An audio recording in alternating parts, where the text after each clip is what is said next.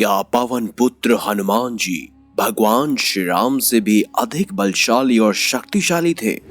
आखिर किस तरह हनुमान जी भगवान श्री राम से उन्हीं का नाम लेकर युद्ध में विजयी हुए?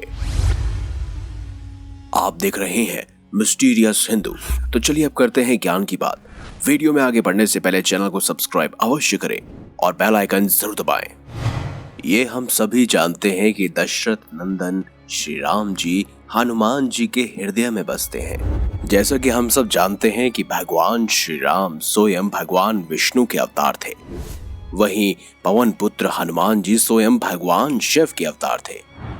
ऐसे में दोनों ही देवताओं का कंपैरिजन करना या उनकी शक्ति की गणना करना बिल्कुल ही व्यर्थ होगा।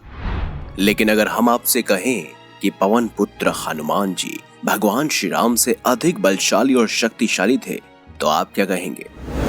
और ये हम भगवान श्री राम और साथ ही पवन पुत्र हनुमान जी की शक्तियों, उनको मिले हुए वरदानों की गणना के अनुसार बता रहे हैं। दरअसल भगवान विष्णु के अवतार श्री राम स्वयं मनुष्य रूप में जन्मे थे।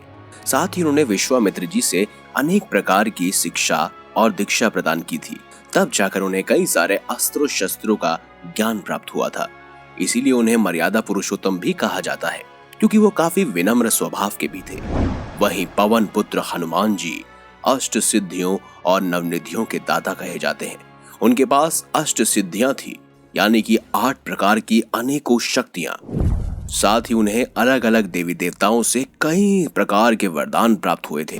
तो ऐसे में अगर उनकी शक्ति की गणना की जाए तो बलशाली हनुमान जी स्वयं अपने प्रभु आराध्य देव भगवान श्री राम से बल के मामले में अधिक शक्तिशाली थे। लेकिन हनुमान जी को जितनी भी शक्तियां बाद में प्राप्त होती थी, वो सभी स्वयं भगवान श्री राम के नाम से होती थी। इसी के ऊपर एक कथा भी है दोस्तों।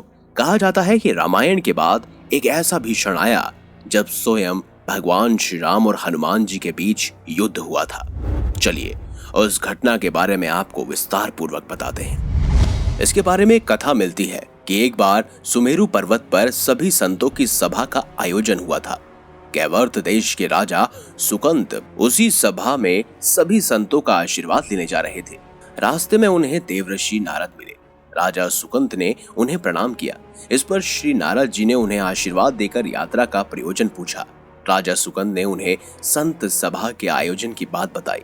इस पर नारद मुनि ने कहा कि अच्छा है, संतों की सभा में जरूर जाना चाहिए। लेकिन उन्होंने ये भी कहा कि वहां पर सभी संत, सभी ऋषि मुनि वहां पर मौजूद होंगे। ऐसे में उन्हें ऋषि विश्वामित्र का अभिवादन बिल्कुल भी नहीं करना है। इस पर सुकंत ने पूछा कि ये तो उचित नहीं होगा। तब श्री नारद जी ने कहा कि तुम भी राजा हो, वो भी पहले राजा ही थे, अब संत हो गए हैं, तुम्हें ऐसे में उन्हें प्रणाम नहीं करना चाहिए। सुकंत ने बिल्कुल वैसा ही किया।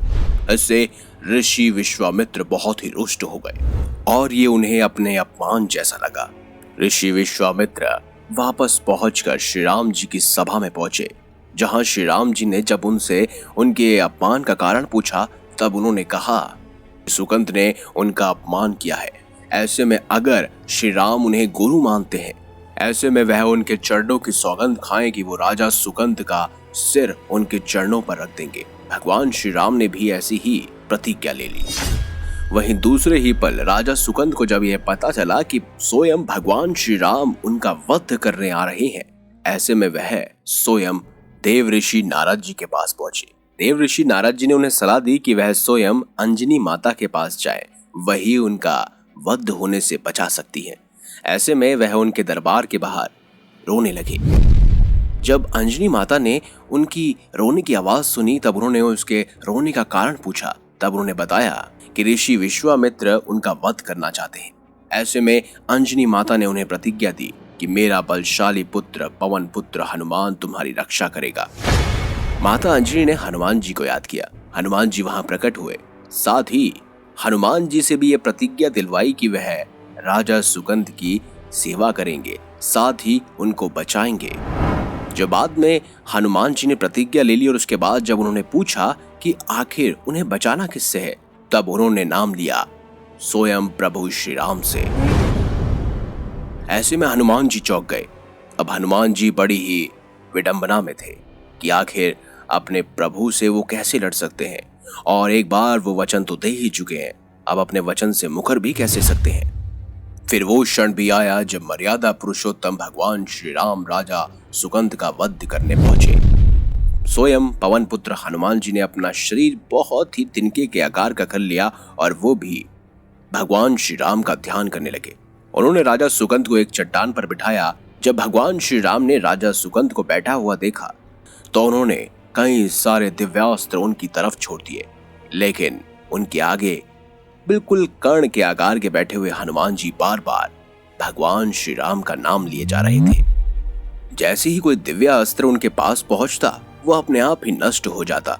भगवान श्री राम ये समझ नहीं पा रहे थे कि आखिर उनके सभी दिव्यास्त्र राजा सुकंद पर कैसे विफल हो रहे हैं। तभी उसी समय भगवान श्री राम ने एक ब्रह्मास्त्र राजा सुकंद के पास छोड़ दिया। अब ब्रह्मास्त्र तो स्वयं राजा सुकंद को मारने की क्षमता रखता था, लेकिन भगवान श्री हनुमान को नहीं। ऐसे में हनुमान जी ने अपना आकार वापस सामान्य रूप से कर लिया और ब्रह्मास्त्र उनके शरीर में समा गया। भगवान श्री राम ने जब हनुमान जी को देखा तो वो चौंक गए। तभी वहां पर ऋषि विश्वामित्र भी पहुंच गए। ऐसे में पवन पुत्र हनुमान जी ने राजा सुकंद को कहा कि वह अभी जाकर ऋषि विश्वामित्र से माफी मांगे और उनके चरणों को स्पर्श करे। राजा सुकंद ने भी ऐसा ही किया। ऐसे में ऋषि विश्वामित्र ने भी उन्हें क्षमा कर दिया और प्रभु और भक्त के बीच हो रहे युद्ध को उन्होंने रोक दिया। तब भगवान श्री राम ने स्वयं हनुमान जी से पूछा कि जब तुम कर्ण के आकार के थे तो फिर आखिर राजा सुकंद कैसे बार बार बच जा रहे थे। तब हनुमान जी ने कहा कि राजा सुकंद बार बार मेरी वजह से नहीं बच रहे थे। अनेकानेक दिव्यास्त्र जो उन पर विफल हुए वो सिर्फ और सिर्फ आपके नाम के स्मरण के कारण ही हुए। वो बार बार आपके नाम का स्मरण कर रहे थे, जिस वजह से वो अपने प्राणों को बचा पाए। ऐसे में ऋषि विश्वामित्र ने भी कहा कि भगवान श्री राम से बड़ा उनका नाम है। तो दोस्तों, इस घटना से आप साफ तौर से अंदाजा लगा सकते हैं कि भगवान श्री राम से बड़ा उनका नाम है, जिसकी बदौलत भगवान श्री हनुमान जी को और असीम शक्तियां प्रदान होती है। लेकिन अगर बल की बात की जाए तो हनुमान जी के पास पहले से ही अष्ट सिद्धियां, साथ ही साथ नवनिधियों के दाता भी उन्हें कहा जाता है। ऐसे में बलशाली हनुमान जी हैं, लेकिन मर्यादा पुरुषोत्तम और स्वयं भगवान श्री राम हैं, जिनके भक्त पवन पुत्र हनुमान है। तो इसी बात में कमेंट बॉक्स में जय श्री राम, जय श्री बजरंगबली अवश्य लिखिएगा। अगर आपको ये वीडियो अच्छी लगी है तो इस वीडियो को लाइक कीजिए, हमारे चैनल को सब्सक्राइब कीजिए और ज्यादा से ज्यादा शेयर भी कीजिए। मिलेंगे अगली बार एक नई खास वीडियो के साथ। अब तक के लिए देखते रहिए संपूर्ण ज्ञान का केंद्रीय बिंदु, मिस्टीरियस हिंदू।